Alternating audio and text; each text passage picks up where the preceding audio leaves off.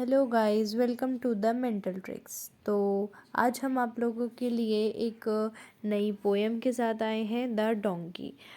जो कि हमें ऐसा लगता है कि बच्चों को लगता है कि ये बहुत हार्ड पोएम है, इसे समझने में दिक्कत आती है। तो चलिए स्टार्ट करते हैं बहुत इजी तरीके से। इसे आपको एकदम बता देंगे। तो इस पोएम का ऑथर है हमारा गिलबर्ट कीथ चेस्टरटन। ये जो ऑथर है उसने ये पोएम लिखी थी। अब स्टार्ट करते हैं। वेन फिश मतलब बेसिकली मैं आपको आइडिया देती हूँ उस पोएम में है क्या कि एक डोंकी है जो कि अपनी पूरी स्टोरी रिवील कर रहा है। वो सब कुछ रिवील कर रहा है कि भाई मैं कैसा हूँ, लोग क्या कहते हैं मुझे, मतलब लोग क्या करते हैं। मैं जब वो अपने बारे में बता रहा है सब कुछ। और उसने इस पोएम में एक अपना सीक्रेट भी रिवील किया है डोंकी ने, जो सीक्रेट इस पोएम के अंदर आएगा। तो अब जैसे कि फर्स्ट पैरा में जो डोंकी है उसने बताया है कि जब मैं बॉर्न हुआ था तो क्या क्या चीज़ें हुई थी। और दूसरे पैरा में उसने बताया है कि मैं आखिर लगता कैसा हूँ, मतलब कि उसके फीचर्स कैसे। डोंकी खुद के बारे में बता रहा है कि मेरे फीचर्स कैसे हैं। फिर थर्ड पैराग्राफ ऑफ पोएम में उसने ये बताया है कि लोग मेरे संग क्या करते हैं, लोग मुझे क्या बोलते हैं। और पोएम के लास्ट पैराग्राफ मतलब फोर्थ पैराग्राफ में उसने बताया है उस सीक्रेट के बारे में कि ऐसा क्या सीक्रेट रहा है डोंकी का। तो चलिए स्टार्ट करते हैं पोएम।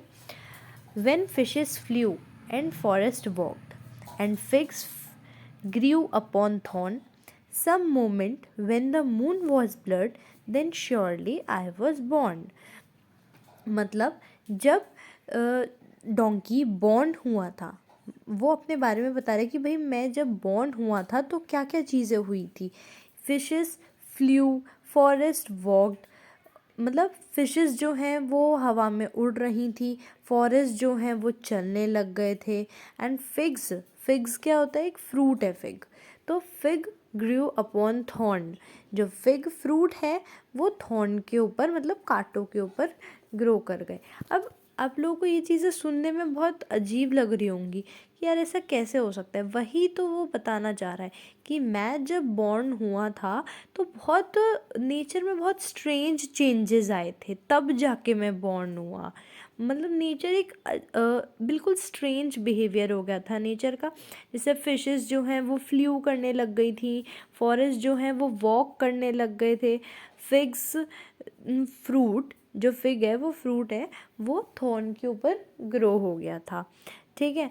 और some moment when the moon was blood. अब कैन यू थिंक, आप सोच सकते हो कि मून ब्लड के कलर का, मून रेड कलर का हो जाएगा, ऐसा नहीं हो सकता ना। तो वही कि नेचर में बहुत स्ट्रेंज चेंज आ गए थे कि मून जो है वो ब्लड कलर का मतलब रेड कलर का दिखने लग गया था। तो तब जाके मैं बॉर्न हुआ था, इतने स्ट्रेंज चेंजेस आए थे जब मैं बॉर्न हुआ था। समझ रहे आप, फर्स्ट पैरा ये कहना चाह रहा है। Now second para, with monstrous head and sickening cry, and ears like errant wings, the devil's walking parody on all four-footed things। मतलब विथ मॉन्स्ट्रस हेड, मैं जब बॉर्न हुआ था कैसा मतलब अब डोंकी अपने फीचर्स के बारे में बता रहा है कि भाई उसके क्या क्या फीचर्स हैं। तो जब मैं बॉर्न हुआ था तो मतलब मेरा एक मॉन्स्ट्रस हेड है, मतलब मॉन्स्टर के जैसे दिखता हुआ मेरा एक हेड है। और सिकनिंग क्राई है, मतलब जब मैं क्राई करता हूँ तो ऐसा लगता है मैं बीमार हूँ। लाइक वो आवाज़ होती है ना डोंकी की, तो वो ऐसा लगता है कि मैं बीमार हूँ। तो मेरा एक मॉन्स्टर्स हेड है, सिकनिंग क्राई है मेरी, and ears like errant wings, मतलब जो मेरे ईयर्स हैं वो ऐसा लगता है कि कोई नॉटी विंग्स है। एरेंट मतलब नॉटी, तो ईयर्स ऐसे लगते हैं जैसे कोई नॉटी विंग्स है। The devil's walking parody on all four footed things, मतलब बिल्कुल मैं एक डेविल की तरह लगता हूँ। पैरोडी का मतलब होता है कॉपी, डेविल की कॉपी लगता हूँ मैं, जो कि चार पैरों पे चलते हैं, on all four footed things. मतलब इस पैराग्राफ का मतलब यही है कि मेरा एक मॉन्स्टर जैसा हेड है, और जब मैं रोता हूँ तो मतलब सिक होता हूँ, मतलब मैं रोता हूँ तो ऐसा लगता है मैं सिक हूँ। फिर रोना मतलब जब वो चिल्लाता है डोंकी, तो वो ऐसा लगता है कि वो सिक है। फिर ईयर्स जो हैं उसके एरेंट है, मतलब ऐसे नॉटी जो उसके ईयर्स हैं वो नॉटी विंग्स की तरह दिखाई देते हैं, और वो बिल्कुल कॉपी लगता है डेविल की तरह, जो कि 4 पैरों पे चलता है। तो मेरे को इसी के साथ लगता है कि आपके ये सेकंड पैराग्राफ भी क्लियर हो गया है। तो अब हम आते हैं नेक्स्ट पैराग्राफ की तरफ। तो यहाँ से the tattered outlaw of the earth of ancient crooked will starves courage deride me I am dumb I keep my secret still. तो इस पैराग्राफ में बताते हैं कि जो नेचर का ऐसा आउटलॉ है, मतलब टैटर्ड आउटलॉ का मतलब होता है कि एक ऐसा रूल है नेचर का, अर्थ का एक ऐसा रूल है कि मतलब ऑफ एंशियंट क्रूक्ड विल, मतलब लोगों ने ऐसा रूल बना दिया है, ऐसा ये चीज़ मान्यता बना दी गई है कि जो मैं डम्ब हूँ। थर्ड लाइन में देखिए, स्टार्व्स courage deride me I am dumb, मतलब कि मैं पूरी तरह से डम्ब हूँ, मैं फुलिश हूँ, मतलब लोग मुझे क्रिटिसाइज़ करते हैं हर चीज़ में, मतलब बिल्कुल फुलिश हूँ मैं, ये चीज़ लोग समझते हैं। But I keep my secret still, ये सब चीज़ें होने के बाद भी एक ऐसा सीक्रेट है जो कि मैंने रख रखा है, कि जो कि मेरे पास वो सीक्रेट है।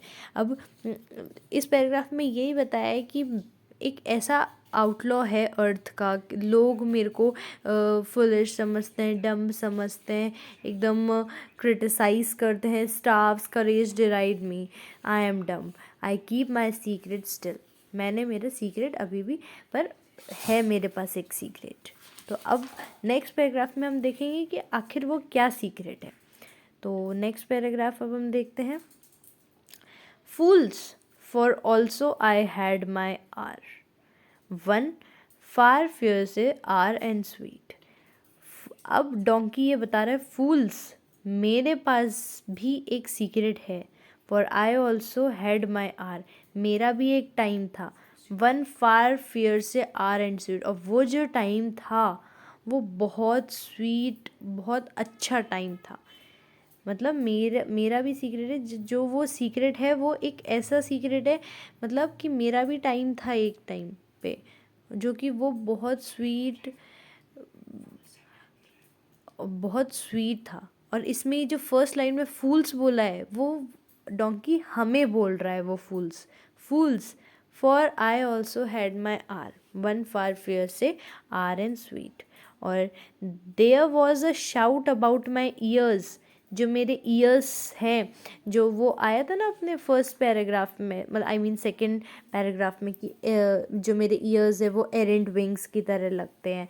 तो वो उन ईयर्स के लिए भी एक वक्त पे बहुत शोर था, बहुत शाउट था। And palms before my feet, मतलब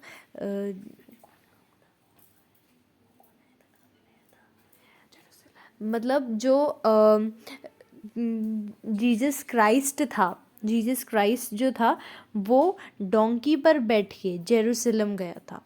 तो जब वो जेरूसलम गया था तो वहाँ के लोगों ने उसका स्वागत शाउट से, चिल्ला चिल्ला के किया था। जब डोंकी का भी इतना सम्मान हुआ था उस जीसस क्राइस्ट के संग। तो और पाम के लीव्स जो हैं वो डोंकी के पैरों के आगे बिछाई जा रही थी जीसस क्राइस्ट के स्वागत में। तो डोंकी का भी स्वागत हो रहा था। तो वो डोंकी उस चीज़ के लिए बता रहा है कि मेरे ईयर्स के लिए भी, और मतलब मेरे लिए भी इतनी रिस्पेक्ट दी गई थी एक टाइम पे, मेरे पैरों के आगे भी पाम्स की लीव्स बिछाई गई थी। तो इसी के साथ हम ये पोएम ख़त्म करते हैं। होप कि आपको ये समझ आई होगी। अगर आपको इससे रिलेटेड और कोई भी क्वेरी होती है तो आप हमें कमेंट सेक्शन में पूछ सकते हैं। Thank you for watching mental tricks.